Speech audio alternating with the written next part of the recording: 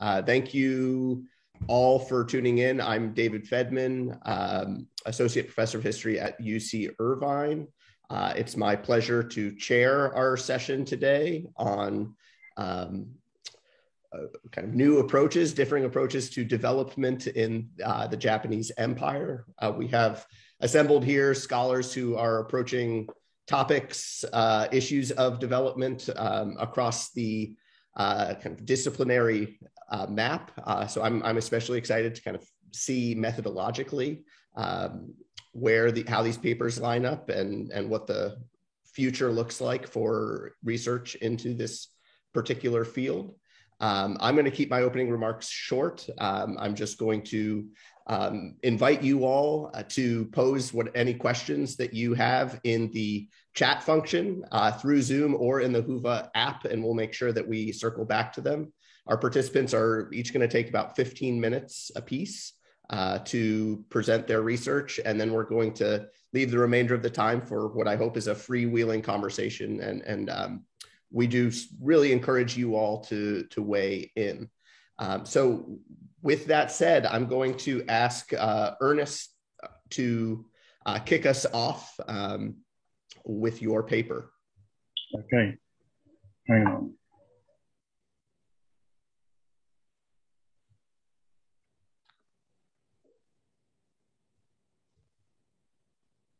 Right, thank you so much everyone for being here. I thought initially that I was going to say something about cooperatives in the Japanese Empire. It turns out that digging into this topic during the past half year, we submitted the panel proposal in February, I believe, and it's been half a year since then. I've come to realize that actually the Chinese and Japanese efforts at cooperativization were actually very deeply entangled.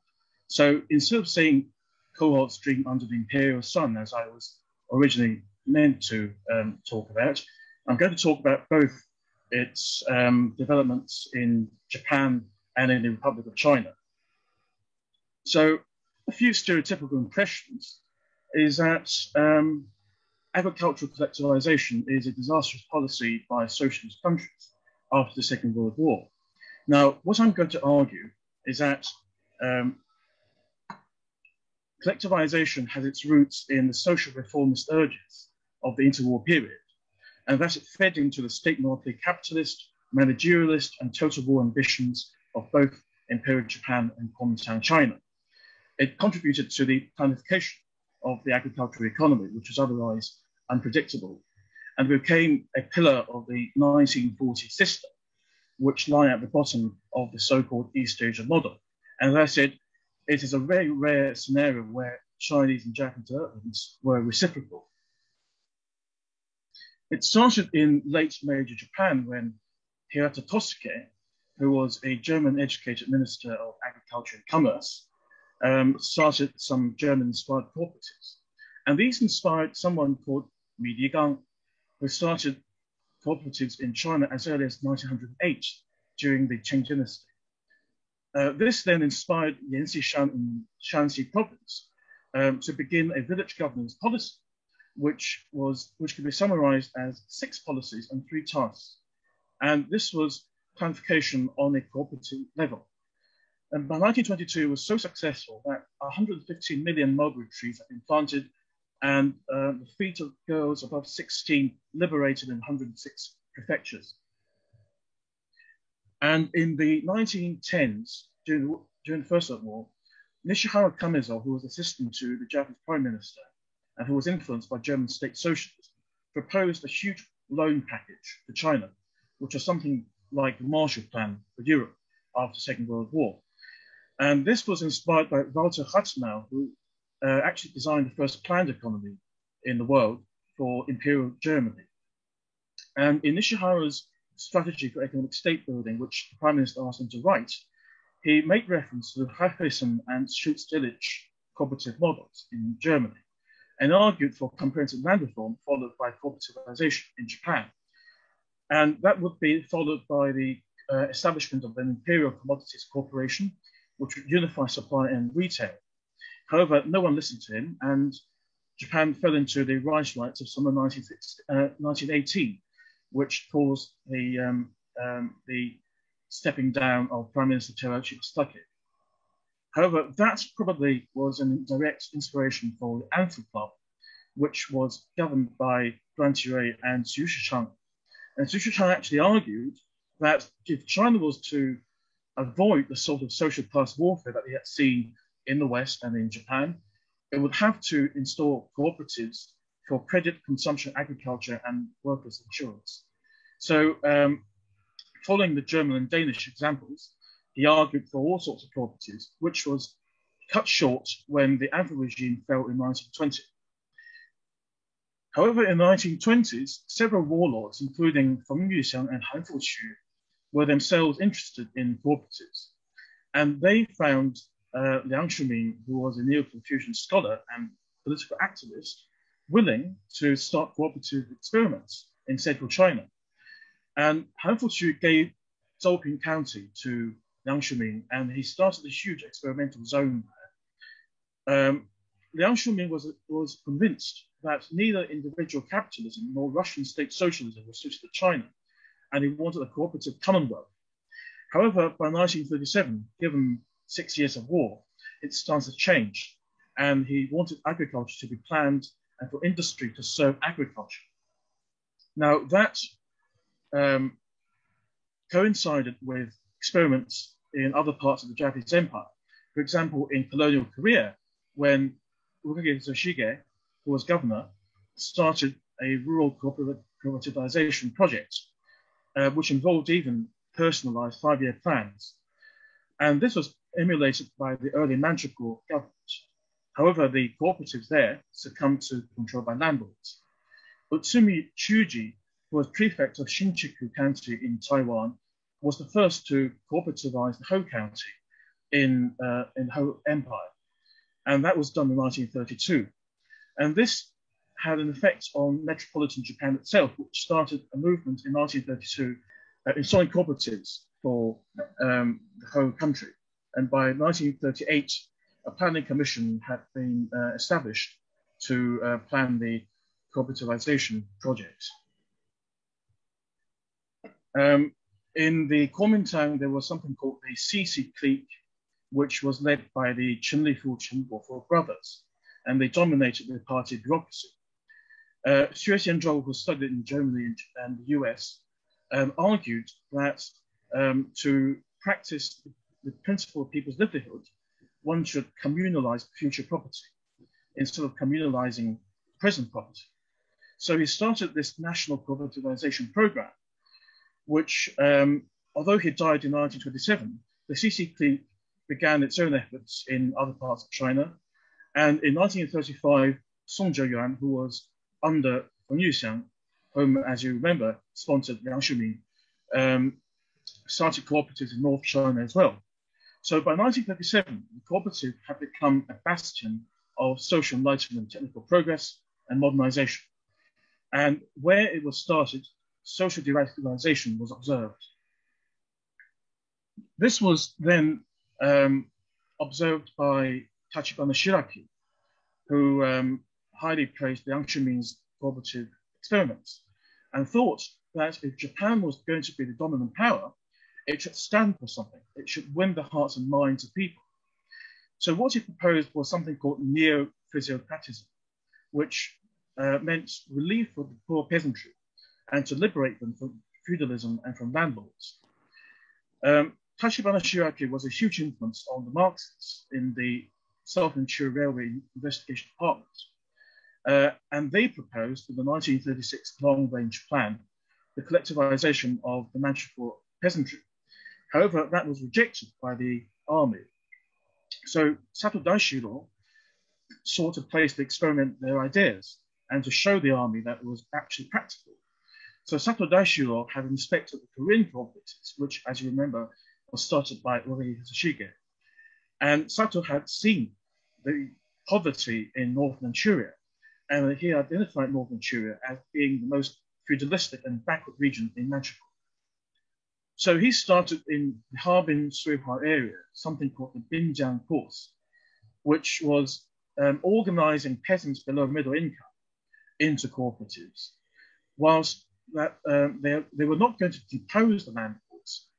They were going to allow the landlords to continue to exist, but they were going to organize the poor peasants into the managers of the cooperatives and to guide them with Japanese staff. And finally, Kishinovsky and other members of the army realized that with the cooperatives, it was finally possible to plan agricultural production. So it was essential to totalitarianist development of Manchukuo, and it would defeat usurers and middlemen.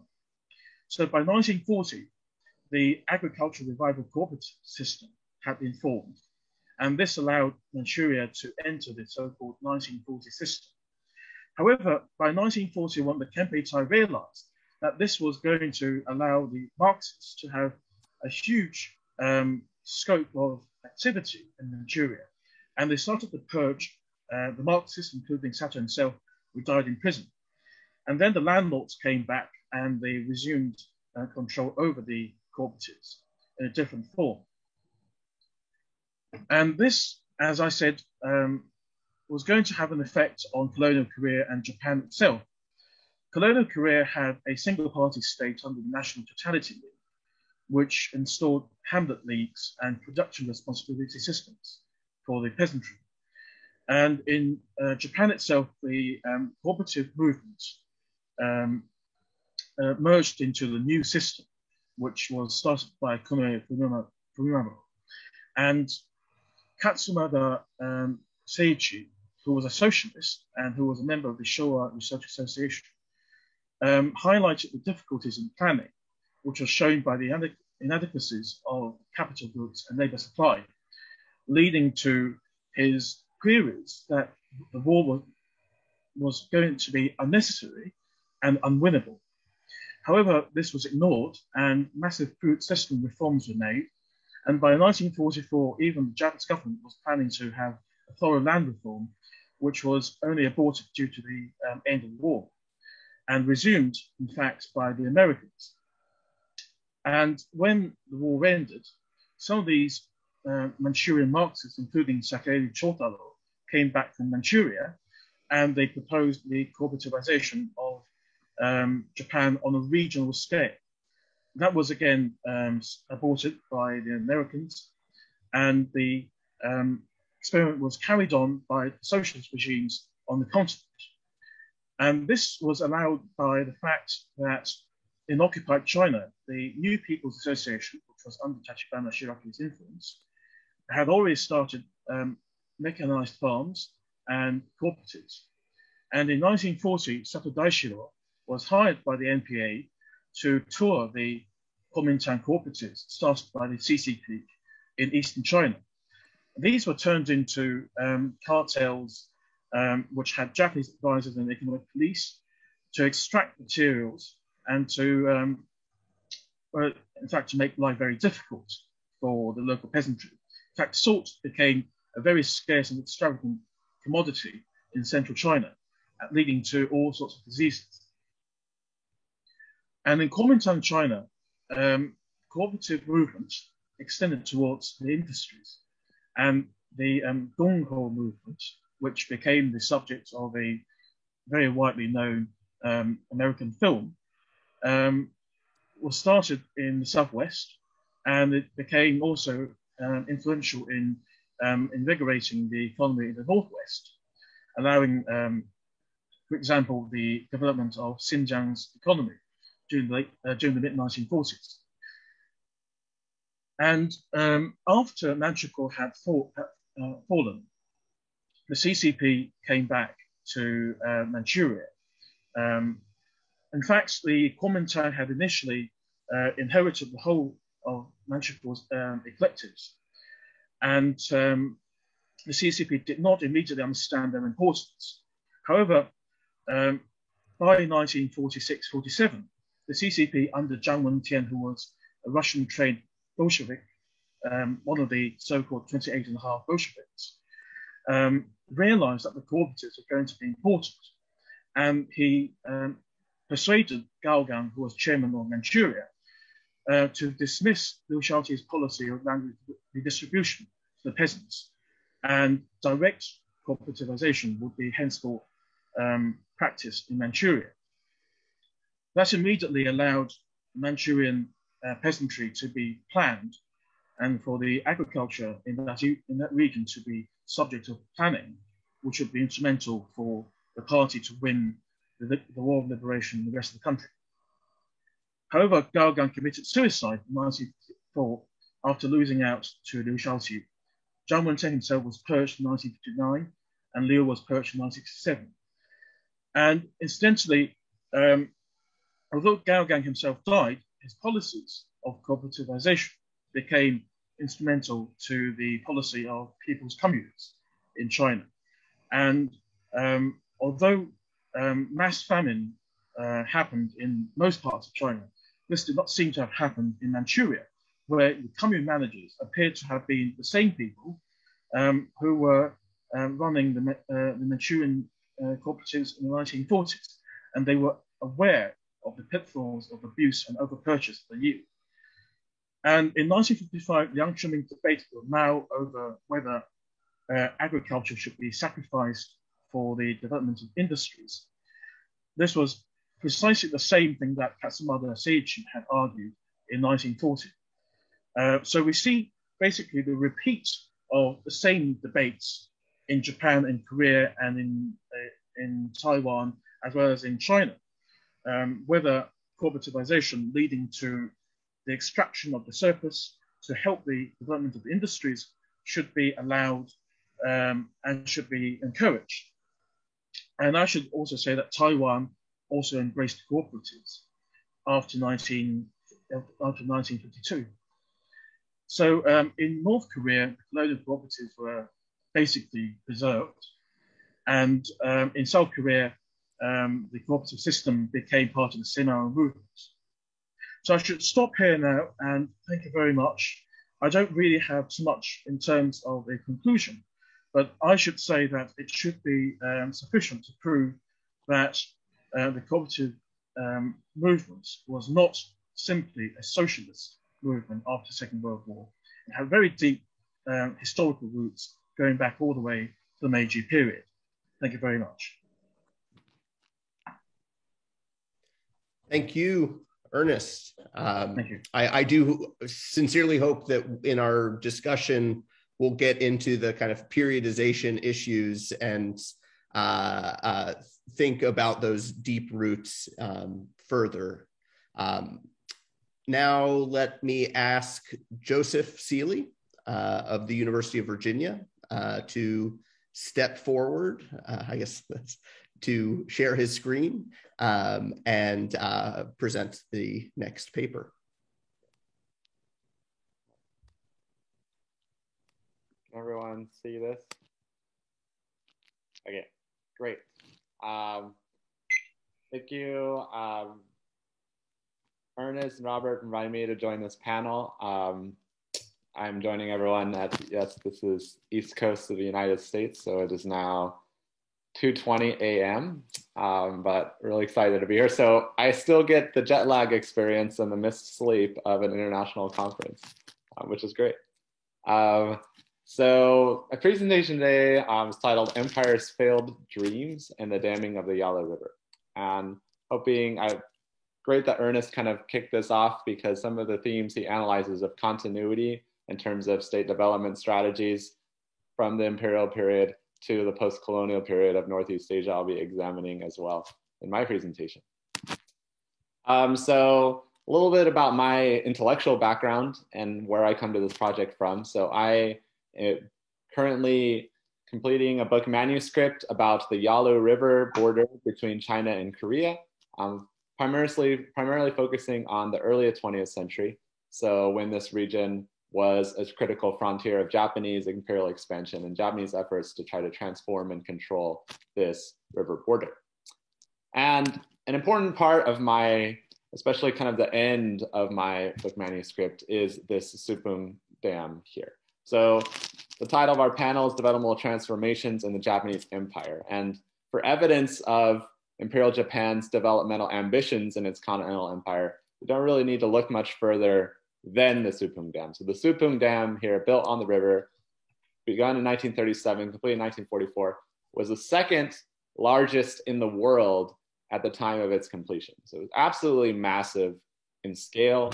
It was built as a collaboration between the Manchukuo regime, colonial government of Korea, as well as Nippon Chiso, the chemical fertilizer company, which would later become famous, of course, infamous for the Minamata disease in mainland Japan. But so it was, the dam was intended to provide hydroelectricity for colonial industrial projects in Korea and Manchukuo. And the dam itself required a mobilization of hundreds of thousands of hours of manpower, of labor, some of it from prisoners and conscript laborers in Manchuria, in Korea. You can see some images here of work on the construction site. Working conditions were incredibly unsafe, hundreds, at least hundreds of deaths reported, probably more. But by the time of its completion in 1944, but once it was completed, it was very much hailed in triumphant terms by the Imperial Japanese as evidence of the achievements of the scientific Japan, as well as evidence of their ability to conquer nature and render it usable, render the Yalu's torrent usable for the purposes of expanding the empire. And so this Supung Dam project has received a lot of attention. I look at it in my project. There's a fantastic article, journal article about it by the late Aaron Stephen Moore, who also looked at it in his book, Constructing East Asia. Japanese and Korean historians have done great work on the Supung Dam as well. And it's clear why it would be such a focus of analysis, because it's, its scale, its ambition, and its ramifications are certainly significant. But what I want to talk a little bit more about this presentation is something that's been a little less studied. And that's the fact that the Supung Dam, so here's a map from the Yalu River Hydroelectric Company, hydropower company, the Japanese semi-state corporation that built the dam. And this map shows that, so here's the Supung Dam here, the site. But what this map shows is the fact that the Japanese had plans to actually build not just one, but 7 dams along the Yalu River. And Supung Dam was the only one completed by the time of Japan's imperial defeat in 1945. But there was 2 additional dams that were actually started by the Japanese in the midst of the Asia-Pacific War, even as they're facing all these material shortages, other things. So look, here I'm highlighting here, you have the location of 7 total sites that were planned along the river. And the 2 dam sites that were begun both in 1942. So as construction on the Supung Dam is wrapping up, they're already beginning work on 2 other dams. That is the Wiju Dam here, located near the Yalu's mouth, and then the Unbong Dam located here. And so I'll be talking a little bit the rest of the presentation about a little bit about the Wiju Dam, which is started in 1942, but only 20% complete by the end of the war. But then I'll be focusing a little bit more on the Unbong Dam, which in my sort of attempt to show continuity in terms of hydropower visions and damming visions of Imperial Japan and its post-colonial successor states. This Unbong Dam was started by the Japanese in 1942, unfinished in 1945, but later resurrected, revived by the DPRK, North Korea, and PRC. Construction commences once again in the late 1950s and then is eventually completed in the late 1960s. So let's take a little bit at the process of the construction of these 2 different dams. So talking first about the Unbong Dam. So the Unbong Dam site was located far upstream from Supung. And here's a period photograph on the left from when the Japanese started work on it. And in terms of sources, there's not a lot of sources about its construction because it began in 1942. And for those who work on the period, that's really, in the midst of World War II, sometimes hard to find documents about different projects. But one of the engineers involved on it was this first figure here, Sato Toshiko, who wrote a fascinating memoir about his experience working on this and other dam sites. And he talks about the Unbong Dam. He says that Japanese engineers were feeling a little cocky coming off the Supung Dam project, and amidst material shortages during the wars, made some miscalculations about what they could achieve at the Umbong Dam site. For example, he says they built a simple suspension bridge across the narrow canyon where the dam was being built, but ultimately high winds in the valley caused them to kind of scrap these plans later and were really dangerous. Sato documents similar kind of difficulties with construction of the Uiju Dam, which also began in 1942.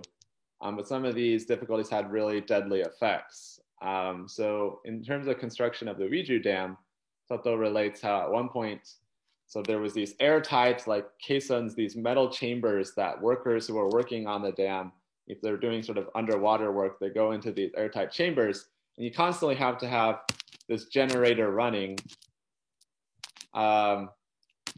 in order to keep water out of the airtight chamber. But they only had one generator, and you had fuel shortages because it was in the midst of the Asia-Pacific War. And so at one point, the generator goes out, they don't have a backup generator. So all these poor Korean Chinese laborers working in the caisson were basically flooded and drowned. And this is, Sato kind of just relates this matter-of-factly in his memoir as, part of the experience of building these dams. And this sort of horrific nightmare really only ends in 1945 with Japan's defeat. At that point, the Umbong Dam is only 30% complete and the Uiju Dam is only 20% complete. And so thus all these grand ambitions to kind of build multiple dams along the Yalu River ultimately end with only one, the Supung, actually completed. But these failed dreams of empire, would come and take on new life in the minds of the post-colonial rulers of the Yalu region. Because for colonial Japan, as well as for the People's Republic of China, DPRK, there was nothing really that beat dams as a sort of symbol of state might, as a symbol of the state's ability to, the Japanese put it in terms of conquering nature, Taishizen or Seifukushi, but for the Japanese or for the Chinese and Koreans, they saw it in this more socialist term, Marxist terms of transforming nature for the benefit of the people, for the benefit of the masses, but there's still a lot of similarity in terms of how they approached conceptually what dams can do and what they mean symbolically for the power of the state. And so in 1958, People's Republic of China, DPRK, they're looking for, both countries are engaged in industrialization, rapid industrialization efforts. They're looking for sources of energy, especially self-sufficient sources of energy, and hydropower is certainly one attractive one. And in terms of the cultural, ideological weight of hydropower, why it means so much, evidence of this can be seen here. So I have the two flags. Here at the bottom is the seal of the DPRK of North Korea, and right here in the middle, prominently centered, is the Supung Dam. So the idea that dams are this powerful symbol of the state's achievements and are reflected in its iconography. And so in 1958, both countries agreed to sort of restart work on the Umbong Dam, which had been begun by the Japanese but then unfinished. And in 1961, as I was doing research on this and finding sources about this Umbong Dam project, I found this really fascinating account of Kim Il-sung, so the president of North Korea. In 1961, he visits the Umbong Dam site. And as you can imagine, the sort of the colonial legacies of dam development on the Yalu hung heavy on the minds of people like Kim Il-sung. And he's visiting the site, and the whole time he's there, he's talking, he says, oh man, the Supung Dam, the Japanese, they built it so poorly. We're constantly having to do repairs. So we really got to make sure we do this right. And by the way, we should also make sure that this dam is built quicker than it took the Japanese to build the Supung Dam, because if we take more time to build the dam than the Japanese did to Supung, then the Japanese, as he says here, the Japanese are going to get cocky. So there's this whole sense of, this kind of very post-colonial sense that, we are now the rulers of this space. We've reclaimed it, but we got to make sure that this new dam project really shows, is an anti-colonial symbol, as much as a post-colonial symbol, that we show that we are capable of making this great achievement, even surpassing that of the former colonial overlords. And it's interesting because in reading sources about, say, the Supung Dam in post-colonial DPRK PRC, they almost always have to acknowledge the fact that it was built by the Japanese, even though it plays an important role in these post-colonial states. In the case of the Umbong Dam, it's actually been difficult for me to find references in later Chinese, Korean, North Korean sources to the fact that it was started under the Japanese. There was almost this kind of burying of this early work by the Japanese, and this attempt to make this into a post-colonial symbol of, sort of anti-colonial might. And an example of this is in 1961, there's a DPRK magazine that this image comes from, where it tells about these workers, these heroes of Umbong is the article title. They're working on the Umbong Dam site, and they have to build this suspension bridge in order to transport materials. And they're also dealing with the same gusty winds that the Japanese were dealing with decades before. But they're inspired to great efforts by thinking about the fact that Kim Il-sung, the North Korean leader, decades earlier underwent great trials in order to cross this same Yalu River with this anti-Japanese guerrilla band to make raids against the Japanese. So kind of drawing, ignoring the sort of earlier imperial history in terms of the construction of the Umbong Dam under the Japanese, but thinking about the Yalu's anti-colonial history and the legacy of Kim Il-sung in the construction of this new Umbong Dam. If you read more deeply into sources about the Umbong Dam's construction, you realize the continuities with the Japanese experience extend in other sort of less flattering ways. For example, when the Supung Dam was built, many Korean Chinese farmers were displaced to make way for the dam's reservoir and were paid like severely undervalued rates for their land and kicked off. And there's indication that the same thing happened under these post-colonial regimes and sort of this coerced displacement of peoples. And so you have to wonder if sort of the psychology of those who were displaced to make way for these dams sort of in any ways mirrored those who were displaced to make way for dams under the imperial period. But in the eyes of these kind of state builders, whether they were transforming nature, conquering it, whether they're imperial or post-colonial, dams were going to be built, the state's needs needed to be advanced, people be damned, basically. And so I'll leave us there. Okay, thank you.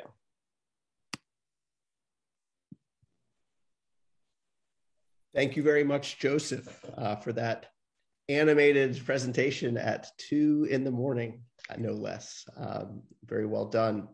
As a reminder, please, we invite you to post any questions that you have in the chat function or in the Whova, I think that's what it's called, app. And we will collect those at the end and kind of circle back and address them all together. So please don't hesitate with those as they arise.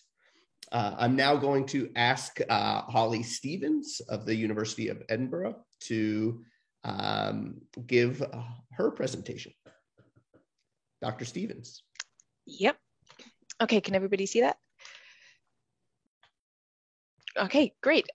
Good morning, I guess, and thank you to everyone who's in the audience. Thank you for joining us so early or so late, depending on wherever you are.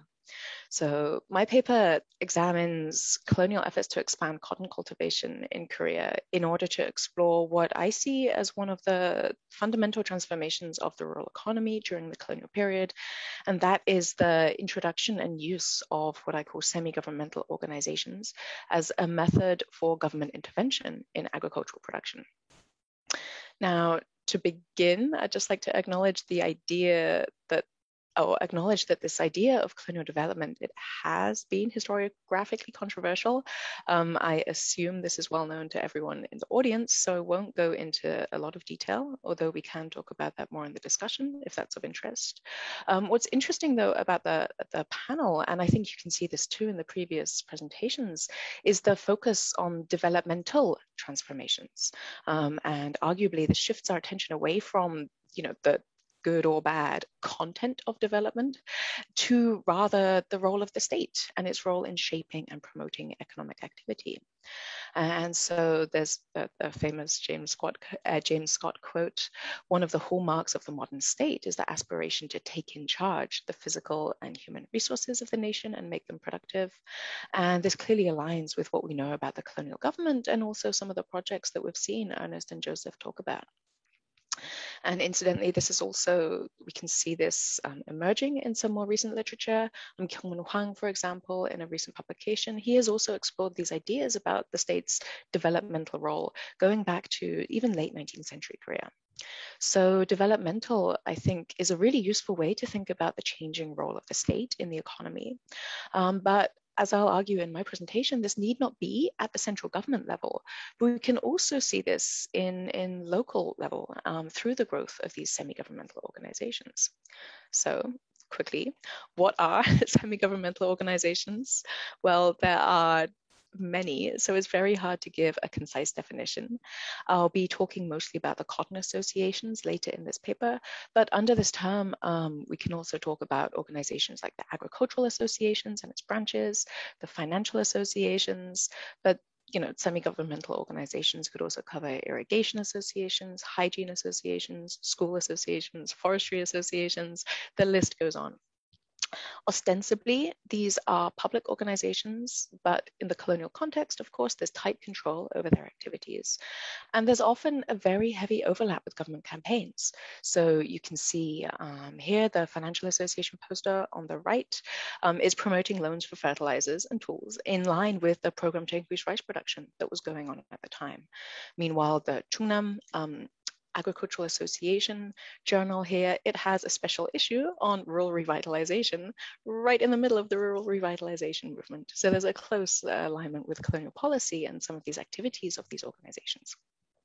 And so my argument is that not only are these organizations an essential component of implementing colonial agricultural policies, but also if we look at these organizations, we can then get a better sense of the changes to the rural economy and the impact of colonial policies on farmers.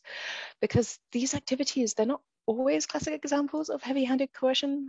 They also get involved in activities like agricultural fairs, building warehouses, promoting ideas of commercial agriculture among farmers. So it starts to get into this gray zone. So I will trace this through the cotton associations, but from 1926, these get merged into agricultural associations. So I'll mention those two in passing, but essentially the activities are carrying on largely unchanged. And just here as well, for your reference, I have a timeline of some of the major cotton promotion policies, as well as the ever increasing government targets for cotton cultivation. And in my presentation, I want to give just 3 snapshots of the implementation of colonial cotton policies. So the first is right at the beginning, and this really starts with Governor General Terauchi Masatake's 1912 directive on promoting cotton cultivation. And this kickstarts the first major cotton campaign. Incidentally, this is also a useful reminder of the global context of colonial agriculture. This directive, it followed years of lobbying and experimentation by diplomats such as Wakamatsu Tosaburo, who's the Japanese consul at Mokpo, agricultural scientists within Korea's nascent network of model industrial farms, Japanese politicians, bureaucrats, and representatives of the spinning industry. And the Japanese are interested in Korean cotton in part because they want to reduce Japan's dependency on British India, which supplied over half of Japanese imports of raw cotton in 1910. Now, ultimately, this plan goes nowhere, and Korea never supplied more than a negligible share of Japanese imports of raw cotton. However, colonial cotton policies, they consistently reinforced this connection between Korea and the global market for raw cotton, using global cotton prices as a foundation for local transactions. And even the type of cotton that is being promoted, it reveals the interests of the textile industry, as there's an attempt to change the cotton being grown from the existing Korean cotton to American upland cotton, which has a longer staple fiber. And so that's deemed it to be better suited for machine spinning. So the 1912 directive, then, when we look at it in detail, it shows the vast scale of the government's task to improve cotton cultivation, replacing cotton varieties It's an immense task. It requires the import of cotton seeds, their acclimatization and propagation within Korea, as well as the distribution of seeds to farmers. And after you circulate the new seeds, colonial officials also need to monitor their usage to prevent mixing and dilution with existing cotton varieties, and then institute ongoing seed replacement programs. So every 7 years, they're replacing the entire seed stock.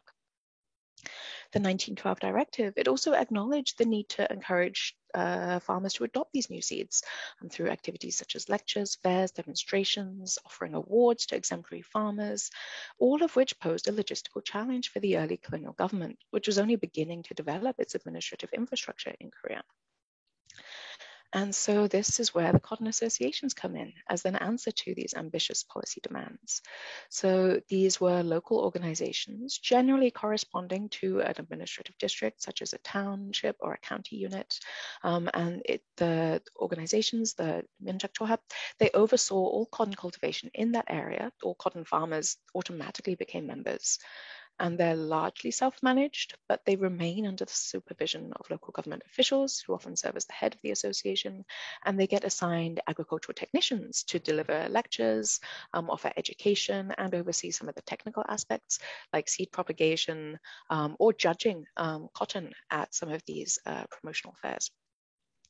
As a focal point of local cotton cultivators, the government also then is able to use the associations as a channel to distribute subsidies and capital for fertilizers and coordinate material inputs, connecting cotton farmers to the model industrial farms and knowledge of scientific farming practices. And this also, the cotton associations, they also take on work in selling the cotton. And so in this regard, we see the cotton associations also influencing merchants and traders as they begin to regulate the sale of cotton. So they prohibit the mixing of different cotton varieties. They try to stamp out adding water to the cotton to manipulate its price by making it seem heavier. So you can get a better price for the cotton. They stamp out all of this and start to set prices as well in relation to the global markets. And finally, as well, the associations, they're also responsible for enforcing various aspects of colonial policy. On at least one occasion, a cotton association destroyed one of its members' crops because it considered the cotton to be improperly sown. So due to their role in all of the above, the reports on cotton cultivation often acknowledge the importance of these associations. One report from South Jeolla province says that it's no exaggeration to say that cotton promotion in this province is carried out entirely through the cotton associations. Now, if we fast forward to 1931, which is our second snapshot of colonial policy, we can get a sense of the expansive role the cotton associations assumed. So in 1931, the South Jeolla Agricultural Association, again, it publishes a survey of 3 villages that are considered successful examples of cotton cultivation. And all of these villages, they featured a very dense network of subsidiary organizations which emerged to supplement and embed cotton cultivation in each village. I've listed the titles here, but just to give you a sense of how they work together, in Okdang, for example, they had a communal savings fund, which was used for cotton cultivation. And this was founded by the village headman, who also happened to be a local teacher. And there's also then a cotton cultivation group, the Myeonjak-ge, which arranges the joint purchase and distribution of fertilizers within the village under the supervision of the Agricultural Association. Similarly, in Kwangjong and Kumho villages, multiple village level organizations reinforced the work of the cotton associations, at times based on direct links to semi-governmental organizations, so chiefly the financial and agricultural associations, but also through the work of individuals who I wasn't able to list so neatly here. But the publication, it names many local landlords, officials, teachers who have both professional and private interests in the promotion of cotton. In Kwangjong village, for example, there's this figure, Cho Chung-hop, who is a clerk in the Myeon office, which undoubtedly places him under a certain amount of pressure to go along with cotton promotion campaigns. However, he's also a farmer. And in the year of the survey, he earned 280 yen through the sale and cultivation of upland cotton. So there's a marriage between the agricultural associations and this multitude of village level organizations, which seems to be an intentional result of earlier agricultural policies. While the cotton, at this point agricultural associations, they are the primary semi-governmental organization that is enforcing rules on cotton cultivation, establishing institutions governing cotton cultivation and shaping cultivators' engagement with local markets in each local area. In turn, turn, the associations relied upon vast numbers of smaller organizations within townships and villages to select sites for intensive cotton cultivation or to manage local seed propagation fields. And so whether it's through the formal connection between the associations and village organizations or through the personal and informal mediation of prominent farmers, a mixture of this formal administration and village organizations combined to support the spread of upland cotton cultivation. So the third case follows on from these examples to look at developments in the 1930s. After reaching a peak in 1924, cotton prices, they fall quite dramatically, nearly year on year through to 1931. And this collapse in cotton prices is matched by a swift decline in the cultivated acreage of cotton, which also declines to 1931. And this destroys the government's ambition to fulfill the targets of its second plan. And this also then reveals the limits of the government's decision to rely on the commercial viability of cotton as a major incentive for farmers. Now, the government, it doesn't abandon its focus on cotton, on the commercial benefits of cotton per se, but we do see a shift in the third plan, which is an attempt to decrease the cost of production by targeting marginal labor and land in future cotton expansion. So whereas landlords and influential figures were the targets of earlier campaigns, women start to receive new attention during the third cotton promotion plan. There are gendered reports emphasizing female dexterity as particularly suited to cotton cultivation. But there's also a practical reason behind this. Female agricultural laborers earn lower wages than men. So if you want to decrease the cost of production, hiring women is one way to do that.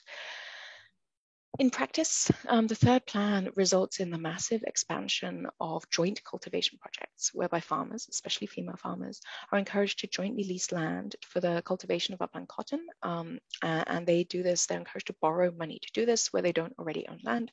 And these debts are then planned to be repaid through the proceeds made on the sale of this jointly cultivated cotton, further boosting the government's aim of increasing both the production and the sale of raw cotton. We don't have information on the nationwide number of these organizations, but scattered sources suggest that they were widespread. A report from Midyang County in South Gyeongsang Province, it documents the existence of multiple village cotton improvement groups, which you can see on the map here, and with separate groups for both men and women. And this was part of a plan to establish 1,200 joint cotton cultivation groups in South Gyeongsang Province alone. In South Cholla Province, the provincial government there announced plans to create a total of 2,660 joint cultivation fields. And we see similar reports, although without numbers, from South Cheongcheong Province, North Gyeongsang, Kangwon, and North and South Pyongan provinces. Judging by the comprehensive presence of these groups in Midyang County, we can assume that there's a more comprehensive degree of government promotion in establishing these groups, and this will only increase going into wartime mobilization. But the interesting feature here is not just the coercion on the part of the state, but also the way that these organizations are starting to shape cotton cultivation. So despite a change in the focus of colonial policies from wealthier landlords to joint farming projects among poorer households, some major elements of the colonial state's project remain largely unchanged. That is, to expand the commercial cultivation of cotton via creative uses of the semi-governmental organizations. In this regard, the developmental agenda of the colonial state did not change dramatically throughout the multiple iterations of cotton cultivation campaigns. Nonetheless, the decision to focus on women and joint cultivation from the 1930s onwards, it shows some of the limits of the government's developmental agenda and also the significance of the semi-governmental organizations in shaping institutions and ordinary farmers' engagement with markets. More so than the central government's aim to increase cotton cultivation, it's the methods adopted by the provincial governors, local officials, and agricultural technicians to achieve those aims. This is what shapes Koreans' experience of colonial policy. So rather than focus on colonial policy alone, an awareness of the importance of semi-governmental organizations invites us to question what the practice of cotton cultivation entailed for farmers at different times, how and why that changed through the course of multiple cotton campaigns.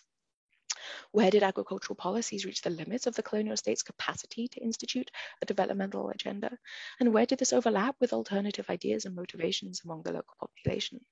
These questions offer an important perspective onto the changes within the colonial rural economy, but can only be answered through a deeper engagement with the organizations, institutions, and people engaged in agriculture. That's it. Thank you very much, Holly. I don't know how to unshare my screen. We might need to figure that out. There you go. Okay, and to take us home, I'm going to now have Robert Winston Lee Chesters offer his presentation on the mineralogical spaces of the empire. Go ahead, Robert. Thanks, David. Thanks for everyone being here. Can you all hear me? Welcome from, I think it's nearly 8 o'clock in the morning where I live, so not far away from Holly. I should say at the outset, thanks to EAJS for having me and having us, and also for any funding. I am a Koreanist and a human geographer, so not a Japanologist or a historian. So hence the use of the word spaces in the title. And I should also say that if you're interested in the slides, the material that makes up the slides and sort of informs the research comes from one of those. It's one of those situations where it comes from a wide collection of different places. So it comes from the Captured Records Group 242, the National Archives in the United States. It comes from the Hamburg Museum of Ethnology. It comes from the British Library, and it also comes from the Diaries of Rush McCarger, who is a gold miner from Wisconsin, who worked in Korea in the late 19th century. And I think that's it. So also the presentation and the paper should really kind of have some plurals, more plurals, in the sense that it should perhaps have empires and perhaps should move beyond just talking about Nippon Kogyo and like the sort of Japanese colonial period, and talk about North Korea as well and sort of other forms of empire after the end of the colonial period, but it doesn't for the moment, so apologize. So as I say, I'm a geographer. You don't need to know about those. So I'm really interested. This all started from a completely different place, but it's important to say something about Korean mining histories, which were primarily focused on gold, which was a super important mineral for the sort of Korean relationship between Wei and Ming China, and also to the Mongols, the Jurchen, as the Koreans would say.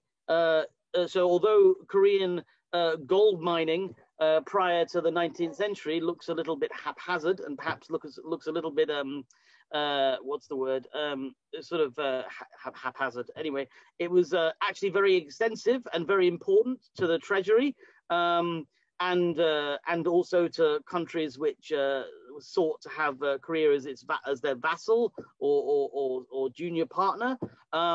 It was pretty heavily depleted after the Hideyoshi invasions, and it was generally under the control of the imperial household agencies. So the imperial household agencies licensing or allowing miners to engage in gold mining throughout the peninsula. And it's sort of this mining and mineral history in Korea is sort of connected to the sort of pre-modern ideas about sort of cartography in relation to Korea, and the sort of the fact that you might find minerals next to sacred mountains or connected along the sort of I forgot the word now, but there's sort of the mountain chain, the Paektutegan, the mountain chains across the peninsula, which sort of transport spirit, cosmic energy from one place to another. And of course, along those sort of cosmic energy routes, you might have a deposit, a useful mineral deposit. So, you know, this mining history and this mining knowledge sort of connects a little bit, like quite a long way back into sort of native, early, or not native, that's a horrible word, but like earlier versions of mineral knowledge. And the story of modern knowledge about modern with quotes that takes us to the Japanese Empire's approach to mining in Korea starts with Carl Christian Goethe, who was actually Danish, He ended up setting up the University of Tokyo's geology faculty, but he was originally from the University of Copenhagen and the University of Hamburg. He was Karl von Mollendorf's friend, who was the German, who was one of the foreign ministers for the late Choson government. He visited Korea in 1884 and basically walked around Korea, collecting maps and buying maps off everyone, investigating its geology, and also really usefully annotating the maps with the local mining and geological knowledge that he got from local miners and people interested in minerals in these areas. So these maps are held by the museum in Hamburg, and so my apologies for the slightly ropey photographs of them. But so yes, you can see the different colors for different materials along his journey, and this really is a sort of first attempt in a sort of conventionally modern way at sort of knowing Korean minerals. This scientific knowing of minerals and mining in North Korea sort of actually lagged a bit in time when it comes to sort of the transformation of Korean mineral spaces by sort of colonial style Western adventurers, of which there were many in Korea, who got there first before this attempt to scientificize or sort of like rationally know the mineral spaces of Korea. So, you know, famously Ernst Oppert and his raid on the Royal Gold Reserves in 1867. They also tried to steal the son's body, the body of the king's son. And a person that's spectacularly important, really, to both contemporary mining history and also the mining and minerals during the colonial period was James Morse, who was a gold miner from Nebraska, who ended up forming the Oriental Consolidated Mining Company, who won a concession in 1895 from the Choson government at Unsan, who had the longest running foreign mining concession in Korea, so properly until 1939, but there were even company interests until 1941, although they lost those after the Battle of Pearl Harbor. So the James Morse Oriental Consolidated Company is spectacularly important to the history of gold mining and other sorts of mining on the Korean Peninsula, and that's where Rush Kaga worked. Rush Kaga was a foreman for the mining company, and so his diary contains these lots of these fantastic photos and fantastic stories about mining under the Oriental Consolidated Concession north of Unsan, which is like not just super important then, also important in the colonial period, hugely important during the Korean War. It was the site of the Battle of Unsan, but also demonstrates, you know, although scientific and knowledge and sort of mineral knowledge about these spaces has really developed since Goetsche's time, the sort of labor and working conditions were still pretty rudimentary and sort of very and quite brutal. So, you know, so the poor Korean miners who mined for coal under these mines were heavily exploited. But anyway, so that's the history, and so this is absorbed. This is inherited or co-opted or appropriated by the Japanese government, by the Japanese imperial approach, and so you know Japan and Chosen, not Choson, inherits this tradition of mining and this sort of developing mineral spaces. And so, like everything, and David's written extensively on what happens to forests and timber organization, and you can see that Holly's written about cotton in relation to this. The same thing happens to mineral spaces, all expressed in the sort of annual reports of the administration. These documents, the copy I have is bizarrely the British Library's copy, which is a gift of the government general, so a gift from one imperial power to another, apparently. And so, as always, and as you often find, the sort of history of this predates the actual colonial period. So under Japanese influence, the late Choson government in 1906 reconstructs the entire mining code and allows more foreign investment into the mining industry, essentially to allow for like future Japanese investment. And so it's sort of so it's even before the actual annexation anyway. So they do this, and then they revise it again after Japanese annexation in 1916, and this is much more about sort of the ownership and the level of foreign ownership, and what is foreign ownership in the mining states. But it's also really interestingly about increasing the number of minerals subject to law. And so even in 1916, they increase it to 29, but even in 1916 they include bismuth, and molybdenum, which is a material that's incredibly important to later mining in North Korea, as a core material in which you might find rare earths, other minerals, but also in which indicates the presence of uranium and radioactive materials. So it's very interesting that in 1916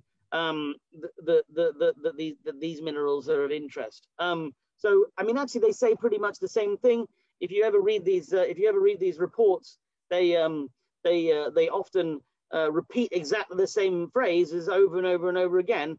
Just the statistics are slightly different, but there are a sort of periodization element to this. So obviously in 1916, after changing the law, in 1918 they set up a new geological investigation office, which is tasked, like as David has talked about in the forestry sector, tasked with a 20-year-long program of analysis around mineral spaces in Korea.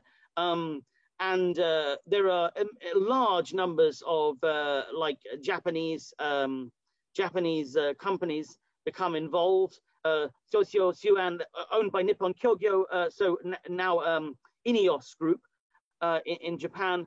If that's not right, I'm not trying to remember the chemicals company from the UK, INEOS. I'm sure it's the INEOS Group, as well as Oriental Consolidated Mining until 1941.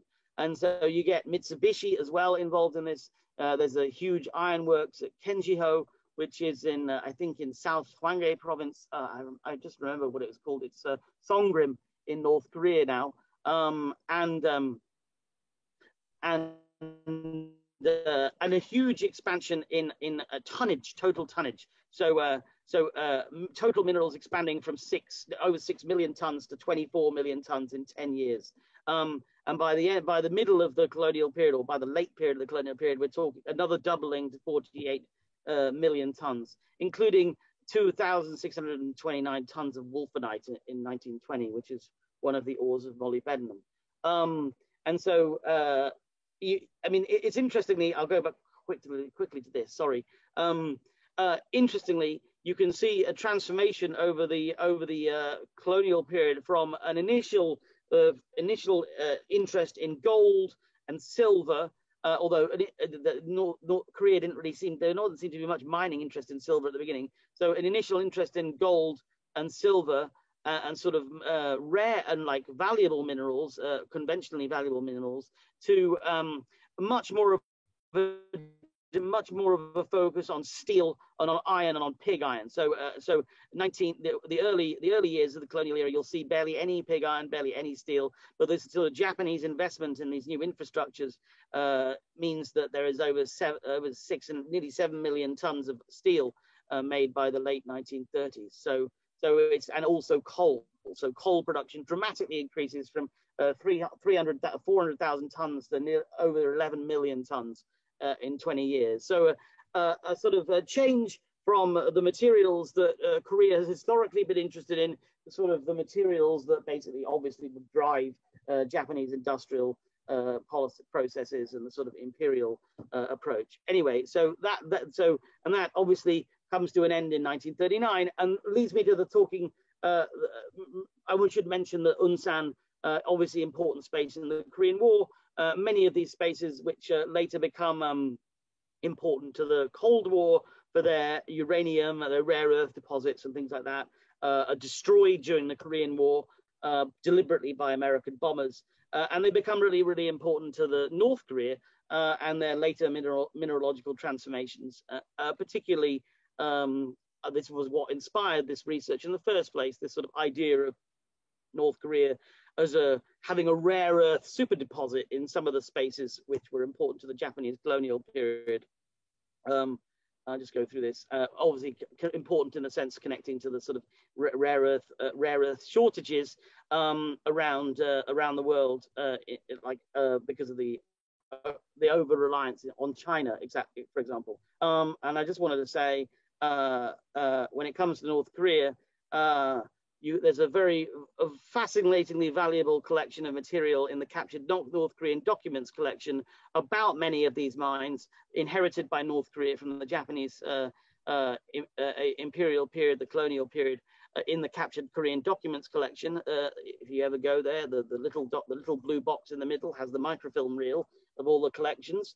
And these contain the blueprints of the various new infrastructures in these mines and the sort of infrastructures and the sort of mining shaft. They have the blueprints for all the mine shafts, but also the other sort of material around them where North Korea sought to sort of transform mining and mineral spaces inherited from the colonial period and also the pre-colonial period, from a sort of spaces of just simple exploitation and extraction and labor exploitation to more authentically socialist mineral spaces, which would involve like family amenity and sort of support for families. So not just single men hammering away in a tunnel with a pick, covered in coal dust, but families of authentically socialist modern families building new lives in these sort of new developmental mineral spaces. So that is my presentation. Thank you very much. Thank you, Robert. And thank you to all of our presenters. I'm going to ask that you all unmute your video. Yeah, so we can see you. Ordinarily, I would exercise my prerogative as chair to post some questions of my own. I'm going to save those for after we get through what's already been posed. Worst case scenario, I can always just send you my feedback later. But I do want to make sure that we can get a conversation going with those who have joined us. We have 2 questions in the chat box. Please, now is the time, if you haven't already, to pose any questions for the panelists as a group, individual papers. If you would rather speak live, you can do that as well. We just ask that you raise your hand through the Zoom function, and I will call on you, assuming I detect your hand raised. Let us start then with this question from Nathan to Ernest.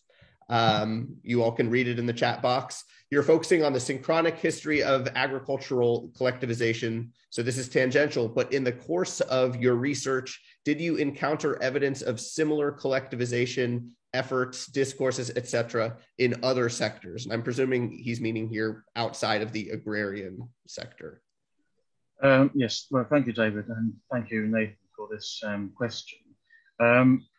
My presentation is a bit thin on colonial Korea and the Kuomintang period, but as you might have seen during the presentation, the Kuomintang period during the War of Resistance, that is 1937 to 45, was characterized by significant industrial growth in the form of industrial cooperatives, which were called gongho, and which I believe is still a phrase known to some elderly Americans who have seen that film called Gongho, as in signifying spirits of enterprise and standing up for your own rights and so on and so forth. So Gongho was a huge industrial enterprise, formed cooperatives, and I have several collections of documents on this particular subject. I can go through them, and if you can contact me on Twitter, and I'll answer your questions if you have specific ones. And certainly towards the 1950s, with the formation of people's communes. As early as 1945, people like Sakakiberi Chotaro, who came back from Manchuria to Japan, they were already concerned with the fact that there was a lack of capital goods in the agrarian sphere. That is, they don't have enough industrial goods to supply agricultural development. So the obvious solution to that would be to form industrial cooperatives to help agricultural cooperatives. And they too should form a regional cooperative. I mean, Japan should be divided into regions, and each region should have a network of cooperatives. That would become basically the model that was adopted by the people's communes in China. And it's very obvious that that idea of regional cooperatives came from the Manchurian experience. Sakakiberi Chotaro had himself written a book about dividing Manchuria into industrial regions which were self-sufficient and which would supply Japan and as well as colonial Korea. So, so in short, I mean, yes, there is a huge non-agrarian, non-agricultural cooperative movement and related discourse. I'm happy to answer any of your related questions on that later on. Thank you very much. Thank you, Ernest. Hans Martin, I see you have a hand raised. I know there's a question here for Joseph, but if you want to jump in here, especially if you want to follow up on that question, by all means, feel free. It's not a follow-up question, but it's a question to Ernest too. So if I may. Go for it. Yeah, yes. Now's a good time. First of all, let me thank all of you, the organizers and the panelists, for this extremely interesting panel. I think it's great that the history section was kicked off by this panel with a focus on political economy. And I do have a question that's more into the direction of politics to Ernest. I'm really interested in those dynamics in Manchuria, or rather Manchukuo. I mean, we all know how Japanese Reds found refuge there in the South Manchurian Railway Administration, and you have a very interesting case study here with Sato Daishido and the agricultural cooperatives. I wonder if you could illuminate a bit more what's happening there in around 1940, 1941, with first those experiments being possible, and apparently I think you mentioned that Kishi Nobusuke even sort of endorses them, and then pretty quickly apparently they become problematic, and you say the Kempeitai goes in and it ends with Sato's even being executed. So if you could elaborate a bit more on those political dynamics here in the background, the possibilities and the limits of, I guess, quasi-socialist policies in Manchuria in that period. Yes. This is something which, I mean, the Kempeitai purge of the Marxists in the South Manchuria Railway, this is something which I intend to start researching on very soon. And at the moment, I have a very basic idea about this, which is that most people would talk about this incident as starting from 1940-41. But actually, the political struggle between Marxists and the army, for instance, had started as early as 1936, when they were coming up with the long-range plan, the Einen Keikaku, which came out in August 1936, and which was, I mean, the drafting started somewhere around March 1936.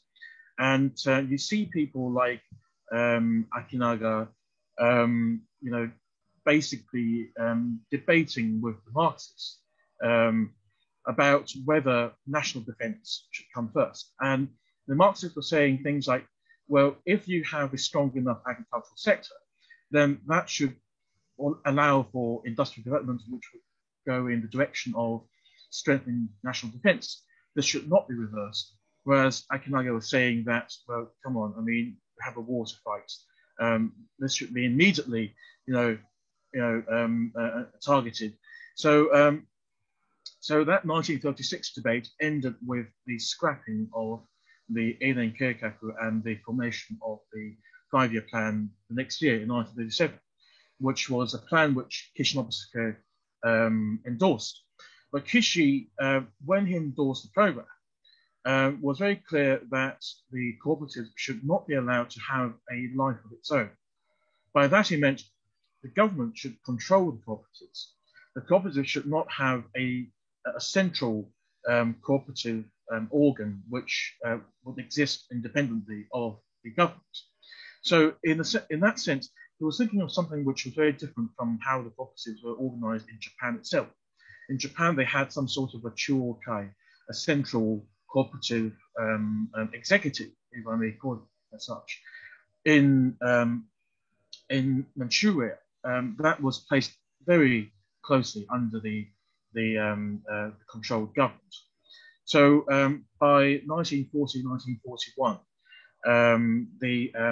Sato Daishiro, who was a bit of a show-off, had been writing various books and giving various lectures about how we've been very successful in Harbin, Soha area about forming cooperatives which would basically take power from the landlords and give it to the poor peasants. And Kempitai sort of realized that that was not to be something which should be tolerated, and closed in on Sato and other people. And then the cooperatives instance, which was the purging of the cooperatives leaders, led to the purging of the rest of the South Manchuria Railway investigation department, and basically the end of the Marxist movement in Manchuria. So, I mean, had Sato been slightly less of a show-off, perhaps we would have more vibrant Marxist movement in Manchuria. But that's a counterfactual which I can't go into very deep. Thank you. Let's move to this question for Joseph Seeley from Till Not. I see you just unmuted yourself, Till. Why don't you pose the question yourself? Yeah, thank you very much. This question goes to John Seeley, and again from me too. Thank you very much for this extremely interesting panel, which is really a great opener for the JS Conference history section, which is a lot of that stuff I'm interested to a certain extent. I wanted to ask that's a little bit connected to the of course more or less famous Aaron Moore piece you quoted in the beginning, and he puts at one point he's talking about local resistance, right, in the Yalo River Valley when people were displaced, and it's about, and there's a question coming up about the compensation of the local populace rights, and then he kind of writes in one sentence, well, those are mostly landlords because we have barely any free farmers in that living in that area, right? And there was a lot of incentive towards tenant farmers to actually push their landlords for selling and then moving to Manchuria, well, they were promised land and probably machinery or whatever, right? And seedlings.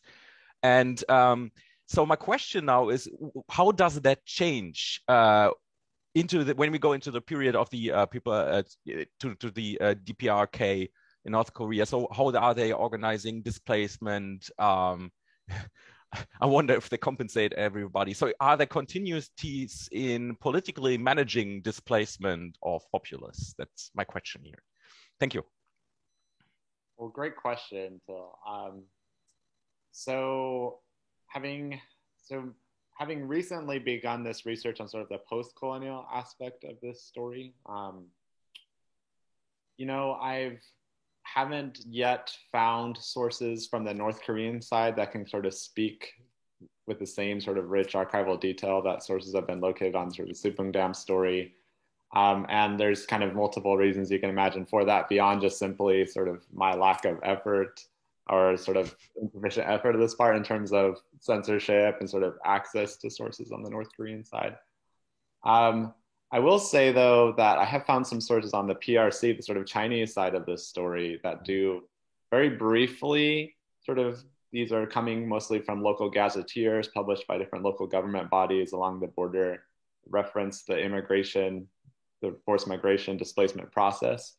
And I found one source in particular that does mention compensation, in fact, gives very specific values for the amount of land compensated, which is interesting because this is, late 1950s, early 1960s PRC, it's heavily collectivized, the idea that compensation would even be, discussed, but it said compensation was a tool of displacement. But even this gazetteer, which is produced by a local government body, admits that compensation was, it was comparatively low. That's all it says, just like comparatively low. So I've kind of inferred from that, sort of, there might have been similar levels of resistance or kind of people pushing back at it. But I'm still kind of need to find more sources to kind of flesh out this story more, especially on the DPRK side. Okay. All right. Thank you very much. Thank you. There is still time to post questions. So, and we have one late breaking question from Roger Macy. Can you outline to a non-specialist the nature of employment in the dam projects in the colonial period and after? Could it be described as contractual? So that's a very great question. Roger, I'll start with the Supung Dam projects because it's certainly the most well documented of the different dam projects I talk about. With Supung, so you had the semi-governmental corporation, the Yellow River Hydropower Company, that was kind of overseeing it. And they worked with different Japanese construction corporations, subcontracted out, Hazamagumi, these different major civil engineering groups, corporations in Japan were involved with the project. The use of, I mentioned this briefly, but in addition to kind of working through these like contracts with these subcontractors, they're also relying to some extent on conscript and prison labor. That's not as well documented, but certainly was an aspect of the project. In terms of the kind of post-colonial Umbong Dam project, again, don't really have as detailed an image yet of kind of how that process occurred, but the 1961 DPRK magazine article I cite talks about these kind of labor workforce groups that were involved, the same group people who were being inspired by Kim Il-sung's, anti-Japanese resistance. And you can imagine the dynamics at play there are similar to what's, historians like Chiang Harris and Kim have talked about in other industrial sites in post-45 North Korea, that this is very much statist, being directed by these state-sponsored organizations, not so much working, not like the Supung case where they're working through these, subcontracting through these private companies. This is much more of a statist, state-centered effort. But those are just some initial thoughts to get at your question. Thank you. Jan Schmidt, I just want to make sure that we have questions directed towards Holly and Robert. Do you have something that could bring them into the fold? Yeah, I have one question for Holly, a more general one, and also one for Ernest again, if that's okay. But may I ask a question to Holly? Or? Yeah, go for it. Okay. Yeah, it's a very general question, but I just wondered a bit if you could lay out a bit more. I mean, it was fascinating, and I second the other. That it was a great panel, all three of you. Really awesome stuff. I was just wondered about the kind of inter-imperial knowledge transfers here. I mean, obviously, if you talk about cotton, usually it's also seen as a British realm, and I was just wondering to which extent Japanese colonial bureaucrats, but also folks on the ground, if there was any kind of substantial exchange, also via publications, but possibly also directly with, for instance, British colonial practitioners or from other empires at the same time. So basically, if you could shed a bit light on that, that would be my question. Yeah. And I have so there's a lot of interesting overlap and parallels.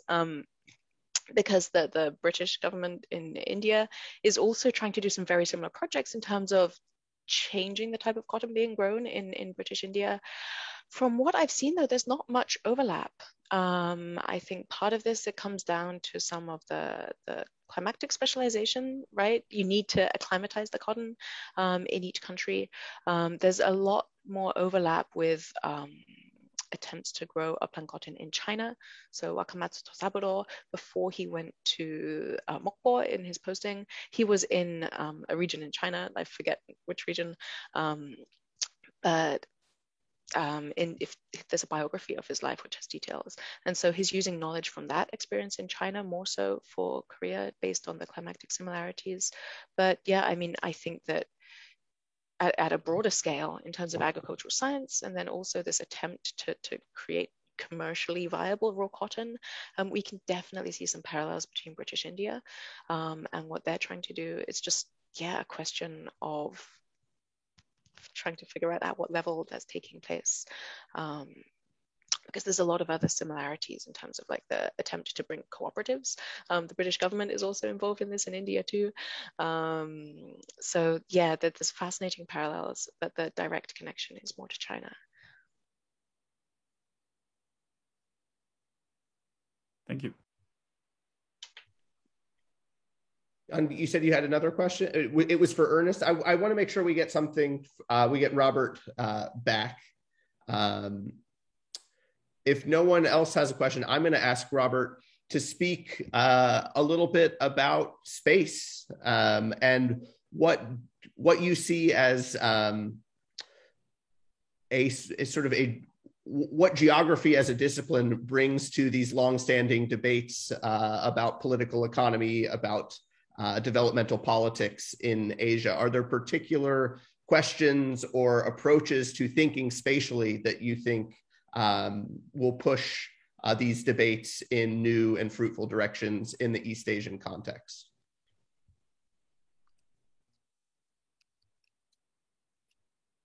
I think you're muted, Robert. Sorry. So much of my research and much of my background is on North Korea. Understanding in that context, understanding space and terrain as basically a participant like any other, like humans and non-humans, in the processes of construction of both a state of its own landscape and of development is really important. So I mean, following Cosgrove and the idea that especially when it comes to settler communities, and also sort of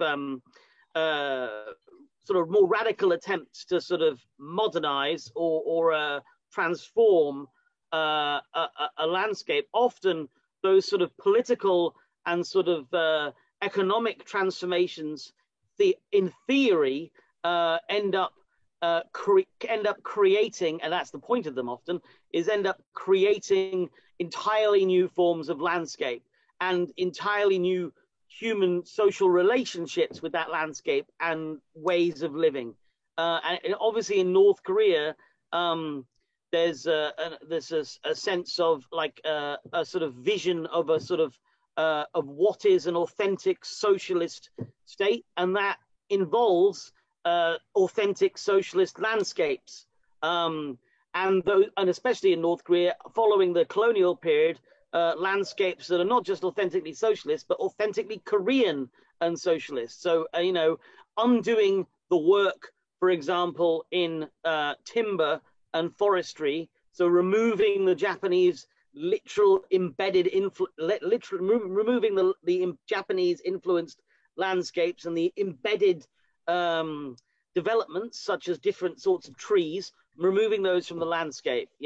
More widely in East Asia or anywhere really, I would say that it's really important to think about, I mean, the work of new materialists such as Jane Bennett from she's actually a philosopher, not a human geographer, but the work of new materialists and materialist ideas in which materials and the landscape and the landscapes that are made up of materials are themselves like active agents in politics and sort of economic development and sort of the developmental state, and they have their own sort of, sometimes those materials in their absence and or presence have a real impact in terms of power on politics and on development. So I think it's really important to think about the materials themselves in the developmental process and what impact they have on this. Yeah, is that a helpful answer? Thank you. I know we're out of time. I want to give Takahiro Yamamoto an opportunity to ask the final question of our session. So please go ahead. Yeah, hi, thank you. I'll be very brief. Thank you for the panel, and I'm just amazed by the range of materials that all of you were able to gather, and it's just fantastic. My question is about the sources and maybe the possibility that some of the sources may have been destroyed or beyond our reach just because it happened in especially because you're doing this trans-war time frame. Robert's case, I think, was fortunate for the historians in the sense, or researchers in the sense that the US captured the document and now it's available in the US archive.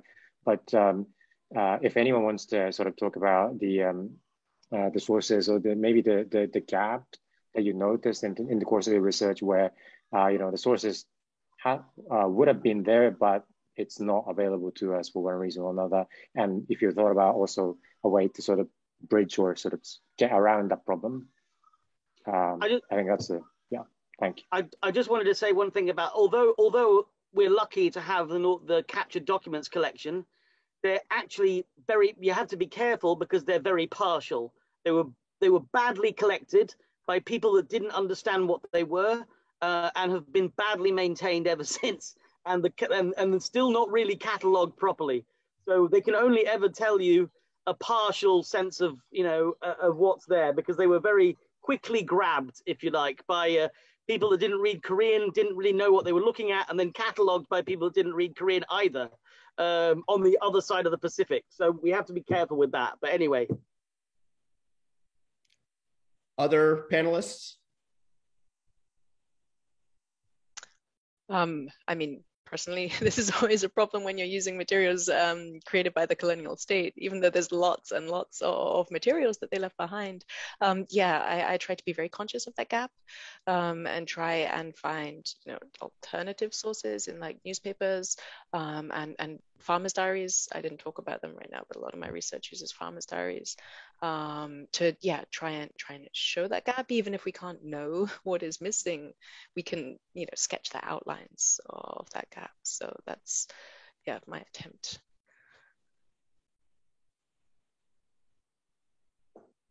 In my case, the wartime period, especially after about 1941, when you get to 1942, 1943, 1944, I mean, Holly's nodding her head too. Once you get into those years of Japan's colonial rule in Asia, documentation just like drops off precipitously. And you can imagine why, like material shortages, and I can also imagine deliberate destruction of documents. There's all this anecdotal stories about burning piles of documents in the wake of Japan's fleeing from Manchuria and other places.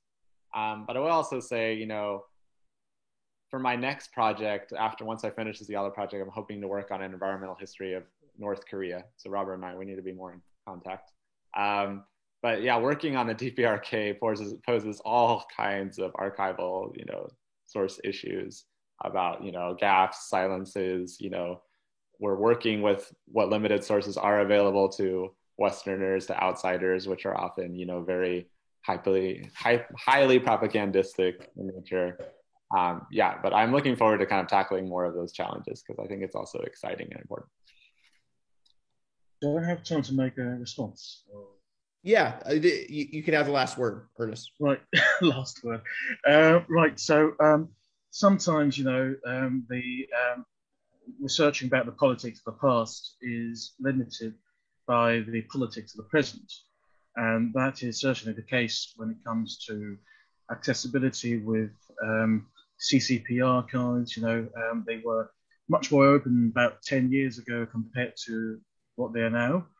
And I thought that the most difficult bit would be researching about post-war Manchuria, where all different parties were fighting for seizing different parts of Manchuria and establishing or destroying collectors. And actually, the most difficult bit is about Nishihara and Susha Chung's 1918, 1919, 1920 cooperative proposals. And actually, Nishihara's personal home, north of Kyoto, has some of those documents which are very essential to my research. Unfortunately, I was prevented from going, first by the Hong Kong protests and then by the COVID epidemic. So I have yet to go deeply into that. And I hope the politics of the present won't affect you as much as they have affected me. So we should end on this note, hopeful note, I hope. Thank you very much. Thank you. Thus concludes our ploy to smuggle a Korea panel into a Japan Studies conference. Thank you all for attending. Thanks to the panelists for their wonderful papers. This is far from the last word on the topic, so stay tuned. There'll be plenty more in print and in conversation. And here's hoping that we can carry the conversation forward.